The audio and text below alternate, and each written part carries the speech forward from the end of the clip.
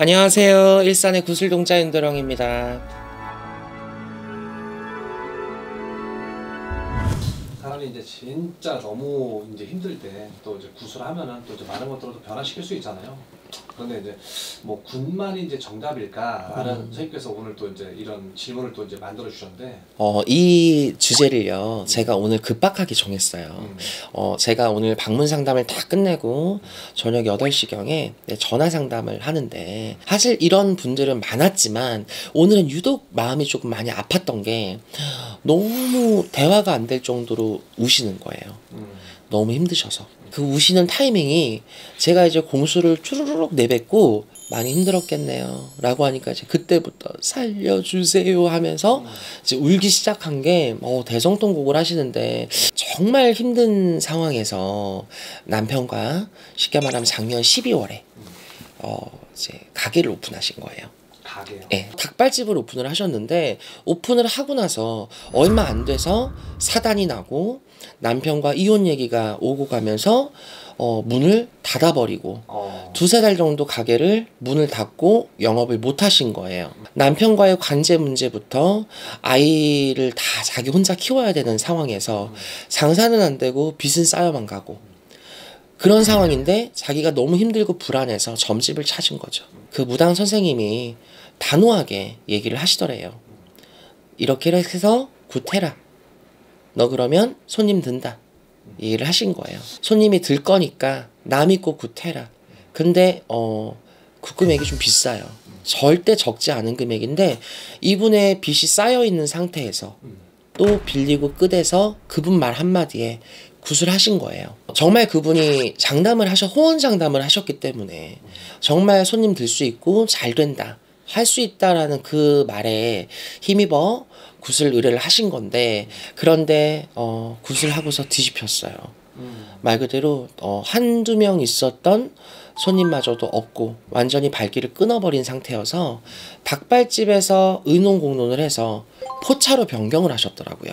실내 포차 같은 것들로 변경을 했어요. 그랬는데 간판까지 다시 돈 들여서 없는 돈 또 빚내서 다시 시트지를 붙이고 나름대로 애를 많이 쓰셨어요.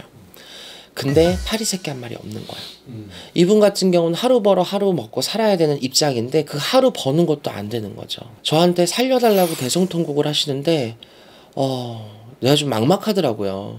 왜냐하면 이분의 가장 큰 문제는 어쩔 수 없이 현실적으로 돈이잖아요. 그렇죠. 먹고 사는 문제잖아요. 그래서 제가 해줄 수 있는 얘기가 없을 것 같다 생각하는 와중에, 제가 죄송하지만 여기 가게 주소 다시 한 번만 불러주세요 라고 그래서 제가 컴퓨터에다가 네이버에다가 그 손님이 불러주신 가게 주소를 적었어요. 그리고 거리 뷰를 봤답니다. 거리 뷰를 가지고 이 반경 1.1km, 2km를 다 둘러봤어요. 근데 분명히 사람이 사는 공간이고 아파트 단지도 있고 빌라도 있고 여립도 있고 주택도 있는 곳이야. 그리고 작지만 상업 공간들이 많이 마련이 돼 있어요. 근데 중요한 게 뭐냐면, 여기 라인들이 밥집이 없어요. 전부 다 술집인 거야. 쉽게 말하면 전부 다 술집이고 전부 다 포차야. 그러면 선생님께 조언을 구하지 않았냐, 왜 안 했냐 했더니, 자꾸 말을 이상한 쪽으로 흐른다는 거예요. 예를 들어서 가게를 내놓고 장사를 해봐라 라든지, 조금만 더 있어봐라, 그냥 이런 식으로. 처음에 당신이 하셨던 그 호언 장담과는 너무 동떨어진 얘기를 뒤에 가서 하시는 거야. 그래서 이제 결국은 이 손님이 저랑 통화가 되시면서 제가 제안을 했어요. 엄마, 미안한 얘기인데, 힘든 사람한테 이런 얘기해서 더 미안한데, 다 때려치고 간판 청가리만 하고 시트지만 바꿔서 엄마 다 필요 없이 국밥 해라. 그래서 여기 보니까 2-3km 이내 밥집이 하나도 없어.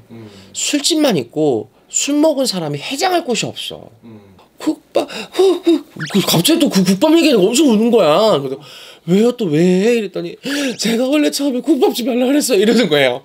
그래서 내가 봤어요. 달래려고 한 얘기가 아니라, 엄마는 굿을 안 해서 힘든 것도 아니셨고요, 굿을 했다고 해서 힘든 것도 아닙니다. 굿을 해서 뒤집어지는 경우는 사실 극히 드물어요. 왜냐하면 우리나라 토속 문화이기도 하지만, 어떻게 보면 제사보다 조금 큰 잔치라고 보면 되는데 구슬에서 뒤집어졌다는 건 미안한 얘기지만 정말 무속인 선생님이 행사를 잘못해줬다거나 마무리를 잘못했다거나 하지 말아야 될 걸 했다거나 건들지 말아야 될 걸 건드렸을 때 탈이 잡히면 구슬하고도 그런 증상이 있을 수 있지만 나는 엄마의 타이밍과 시작의 첫 단추가 문제였고 그리고 가족 간에 알 수 없는 불화와 그리고 이 사업장을 오픈하고 나서 얼마 안 지나서 문을 닫았었잖아요. 그거에 대한 공백 또 결코 무시를 못하고요. 과거에 연연해서 우는 소리 질질 짜는 소리 하지 말고 이렇게 대들보르 여대장부처럼 애들 데리고 살아야 되는데 용기를 내야지. 언제까지 이렇게 질질 짤 거야. 힘들어도 들고 일어나야지. 운이 들어와도 사업한다는 양반이 맨날 이러고 있으면은 뭐가 되겠냐. 입이 보살이라고 조댕이가 문제지. 내가 이렇게 혼내기도 하고 다스리기도 하고 품어주기도 하면서 상담을 했더니 감사하다고 초를 켜달라고 하시더라고요. 그래서 엄마가 초 켜달라면 당연히 빌어드려야죠. 간절하게만 임하세요 라고 했더니 또 당장 내일 오셔서 춘천이신데 산신각에서 기도를 하시겠다고 하더라고요. 여러분들 굿이라는 건 제가 예전에 한번 설명을 드린 적이 있어요. 원래 굿은 좋을 때 하는 거라고. 내가 진짜 악해지고 상황이 절박해지고 힘들어졌을 때 여러분들한테 왜 안 좋을 때 굿을 하지 말라고 하냐면요. 사람이기 때문에 그래. 이게 무슨 말이냐면 굿 안 좋을 때 해도 돼요. 근데 사람 심리가 내가 이미 인간적으로 벌려질 상황들이 다 벌어졌어. 이미 악조건이야. 이미 먹고 죽재도 돈이 없고 너무 힘들어 죽겠어. 그 상황에서 굿 할 수 있죠. 하지만 이 굿 한 번 하면 다 잘 된다는 그 말 한마디. 이 굿 한 번 하면 내가 부자 되고 장자 된다는 말. 내가 죽을 만큼 힘든 이 상황에서 굿 한 번 하면 그 일이 해결될 거라는 단호한 말. 이거는 사실 무속인에게 책임이 있습니다. 무조건 굿만 하면 잘 된다라는 식의 망언과 발해는 자제를 좀 해야 될 것 같아요. 그리고 우리 손님분들도 마찬가지예요. 내가 이미 인간에서 벌려놓은 게 많고 상식적으로 생각했을 때 이 거금을 들여서 구슬했을 때 여러분들이 이루고자 하는 것들이 실제로 이루어질까라는 의구심과 의심 정도는 합리적으로 잘 해보셔야 될 것 같아요.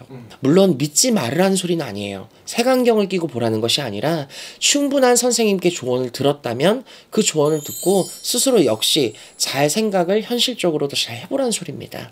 나도 모르고 당신도 모르는 누구도 책임을 질 수 없는 맥락 없는 굿은 여러분들의 힘든 상황에 전혀 도움이 되지 않는다라는 말씀을 드리고 싶어요. 감사합니다.